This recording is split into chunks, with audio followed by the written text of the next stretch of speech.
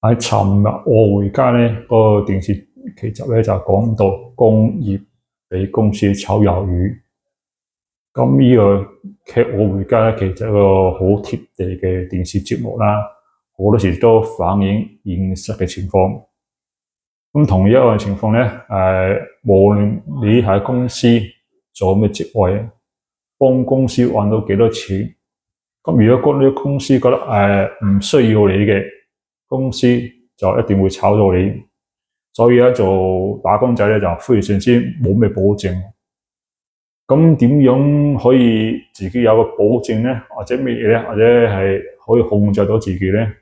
除非你係自己做生意啦，自己做老闆，咁就可以比較似話事。咁當然啦，做老闆開頭嗰幾年係需要捱嘅，需要付出嘅。同樣唔都一定係做，唔都冇人確保到做老闆一定可以揾到錢。有好多時做老闆亦都會蝕本嘅。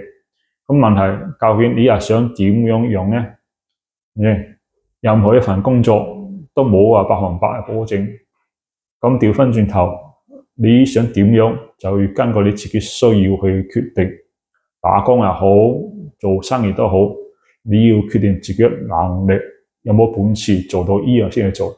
如果唔係咧，做生意都係一個好辛苦嘅嘢。OK。